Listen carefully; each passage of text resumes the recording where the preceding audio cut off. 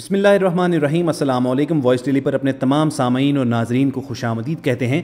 दोस्तों, आपके इल्म में है कि अपने इस यूट्यूब चैनल पर हमारी कोशिश होती है कि कुछ ऐसी वीडियोस, ऐसे मौज़ूआत पर कंटेंट बनाया करें जो आपकी रोज़मर्रा ज़िंदगी से ताल्लुक़ रखता हो और आपकी ज़िंदगी पर कुछ ना कुछ असरात ज़रूर मुरतब कर सकता हो। नाजरीन, हमारी आज की वीडियो भी कुछ इसी ही किस्म की है जो वॉइस डेली की टीम ने बड़ी मेहनत के बाद तैयार की है, और टाइटल से आपको अंदाज़ा भी हो गया होगा और आपके जहन में तजस्सुस भी पैदा हुआ होगा कि ऐसी कौन सी खवातीन हैं कि जिन्हें फौरी तलाक देने का हुक्म दिया गया, और उन बदकिस्मत खवातीन में ऐसी कौन सी कबीह आदतें पाई जाती हैं कि जिनकी बिना पर इतनी सख्त तनबीह जारी की गई। मुकम्मल तफसील से ये बात आप तक पहुंचाएंगे, मगर हस्बे मामूल आगे बढ़ने से पहले एक गुजारिश करनी है कि आप रेड बटन पर क्लिक करके और बेल आइकॉन को प्रेस करके वॉइस डेली के सब्सक्राइबर बनना मत भूलिए, ताकि ऐसी इस्लामी और मालूमाती वीडियोस आपको रोजाना की बुनियाद पर मिलती रहें। नाज़रीन, कदीम अरब माशरे की लोक दानिश और उनके नजरियात दुनिया से खासे मुख्तलिफ हैं, और ये फर्क जिंदगी के हर पहलू में आज भी नजर आता है। यानी कदीम अरब का जितना भी इलाका है उनमें आज भी कुछ ऐसी प्रैक्टिसेस, कुछ ऐसे नजरियात आपको मिलेंगे,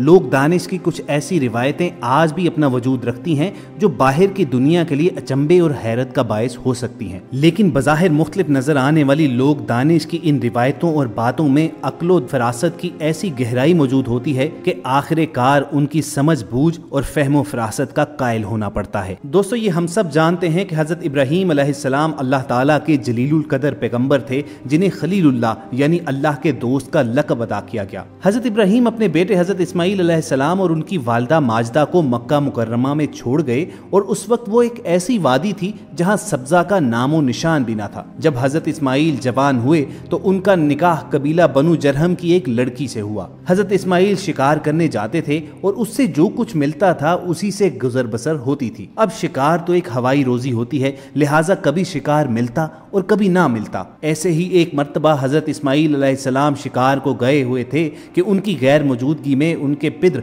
हजरत इब्राहीम अलैहिस्सलाम घर आए। उन्होंने हजरत इस्माईल की बीवी और अपनी बहू से पूछा कि सुनाओ, क्या हालात हैं। वो कहने लगी, बस जिंदगी गुजर रही है, कभी शिकार मिलता है कभी नहीं मिलता, बहुत तंगी का वक्त गुजर रहा है, बहरहाल गुजारा चल रहा है। उस औरत ने इसी तरह नाशुक्री के अल्फाज कहे जो हजरत इब्राहीम अलैहिस्सलाम की तबीयत पर नागवार और गिरा गुजरे। हजरत इब्राहीम अलैहिस्सलाम ने कुछ देर हजरत इस्माईल का इंतजार किया और फिर फरमाया, मुझे अब वापस जाना है। जब तुम्हारे शौहर आएं तो उन्हें मेरा सलाम कह देना और उनसे कह देना कि तुम्हारे घर की चौखट अच्छी नहीं है, उसे फौरन बदल लो। ये कहकर हजरत इब्राहीम अलैहिस्सलाम वहां से रवाना हो गए। वो औरत हजरत इब्राहीम अलैहिस्सलाम की बात ना समझ सकी। जब हजरत इस्माईल अलैहिस्सलाम घर को लौटे तो उनकी बीवी ने ये पूरा वाकया इस तरह सुनाया कि कोई बुजुर्ग आपकी गैर मौजूदगी में आए थे, मुझसे आपका पता पूछने लगे और फिर घर के हालात पूछने लगे। जब मैंने जवाब दिया तो कुछ देर आपका इंतजार करने के बाद ये पैगाम देकर चले गए कि इस्माईल से कहना तुम्हारे घर की चौखट अच्छी नहीं है, उसे फौरन बदल लो। हजरत इस्माईल अलैहिस्सलाम ने यह सुना तो मुस्कुराए और फरमाने लगे कि वो बुजुर्ग मेरे वालिद गिरामी हजरत इब्राहीम थे। मेरी उनसे मुलाकात तो नहीं हो सकी, अलबत्ता वो मुझे एक पैगाम दे गए हैं कि घर की चौखट अच्छी नहीं है, उसे बदल देना, यानी तुम्हारी बीवी नाशुक्री है, उसे तब्दील कर दो। चुनाचे हजरत इस्माईल अलैहिस्सलाम ने अपने वालिद गिरामी हजरत इब्राहीम अलैहिस्सलाम की नसीहत के मुताबिक अपनी उस बीवी से अलहदगी इख्तियार की और उसे तलाक देकर फारिग कर दिया। कुछ अरसे के बाद एक और कबीले की लड़की से हजरत इस्माईल अलैहिस्सलाम की शादी हुई। अब ये औरत बड़ी साबिर और शाकिर थी। साल 2 साल के बाद हजरत इब्राहीम अलैहिस्सलाम दोबारा तशरीफ लाए। अब की बार फिर हजरत इस्माईल घर पर मौजूद नहीं थे। चुनाचे उन्होंने अपनी बहू से पूछा कि सुनाओ, क्या हालात हैं। वो कहने लगी कि मैं अल्लाह का शुक्र अदा करती हूँ जिसने मुझे इतना नेक खावंद अता कर दिया। अल्लाह ताला ने मुझे इतने अच्छे इखलाक वाला, अच्छे किरदार वाला, मुत्तकी और परहेजगार, मोहब्बत करने वाला खावंद दिया। मैं तो अल्लाह का शुक्र भी अदा नहीं कर सकती। हज़रत इब्राहीम अलैहिस्सलाम ने पूछा कि खाने पीने की क्या सूरत हाल है।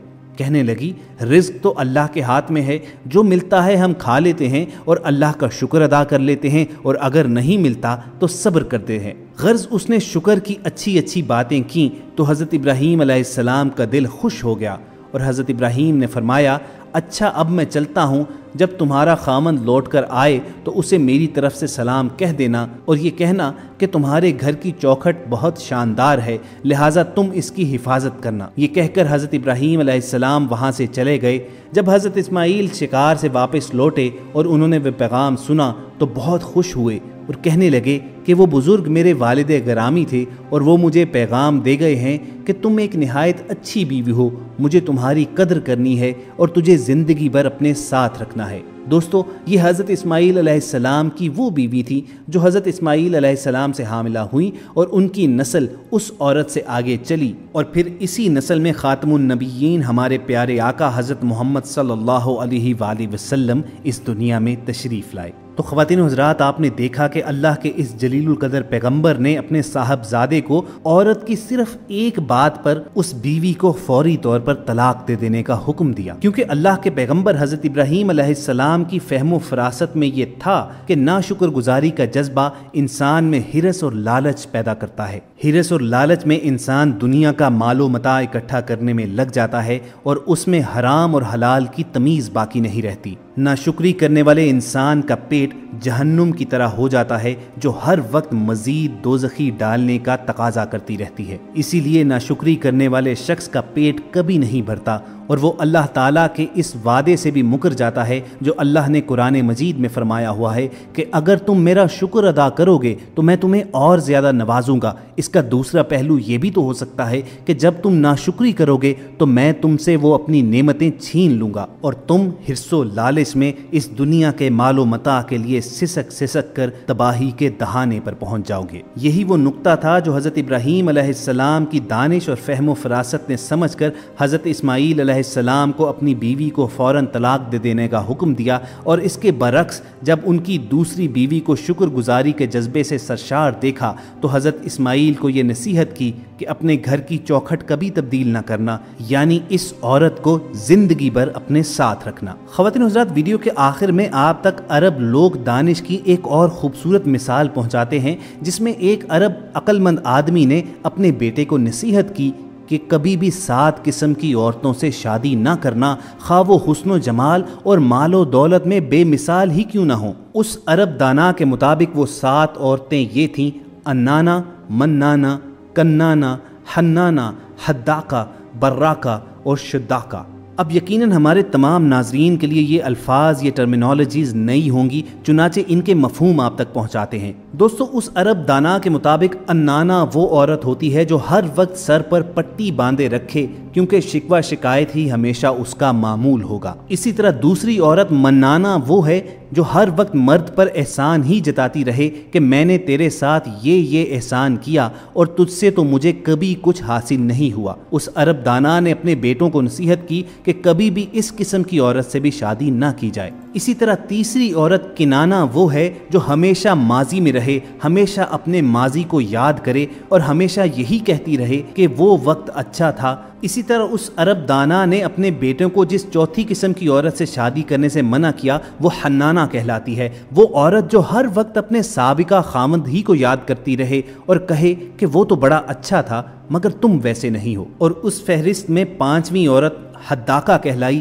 وہ عورت جو خامند سے ہر وقت فرمائش ہی کرتی رہے، جو چیز بھی دیکھے اس کی طلبگار ہو جائے اور اسے اس چیز کی کوئی پرواہ نہ ہو کہ اس خامند کے وسائل ہیں یا نہیں، بلکہ وہ ہر قیمت پر وہ اپنی پسندیدہ چیز حاصل کرنے میں جٹی رہے، چاہے اس کے لیے اس کا خامند حرام اور حلال کی تفریق بھی مٹا دے، اسے اس سے کوئی فرق نہ پڑے۔ اور دوستو، 6ٹھی عورت جس سے تعلق رکھنے سے منع فرمایا گیا وہ براقہ کہلاتی ہے، وہ عورت جو ہر وقت برق کی طرح اپنی چمک دمک ہی میں لگی رہے، اسے صرف اپنے سنورنے کا خیال ہو اور اپنی ذمہ داریوں کا اسے کچھ احساس نہ ہو۔ اور ناظرین، اس فہرست کی سب سے آخری عورت جس سے عرب دانا نے اپنے بیٹوں کو شادی کرنے سے منع کیا وہ شداقہ کہلائی، وہ عورت جو تیز زبان ہو اور ہر وقت باتیں بنانا ہی اس کا کام ہو، جو بات کرنے سے پہلے سوچتی نہ ہو اور اسے اس بات کا کوئی احساس بھی نہ ہو کہ اس کی تیز زبان سے کتنے دلوں پر، کتنی روحوں پر گھاؤ اور زخم لگے ہیں۔ وائس ڈیلی کی ٹیم کو پوری امید ہے کہ آپ کو اس ویڈیو سے کچھ نہ کچھ سیکھنے सीखने को ज़रूर मिला होगा। अगर आपको ये वीडियो पसंद आई हो तो इजहार पसंदीदगी का बेहतरीन तरीका ये है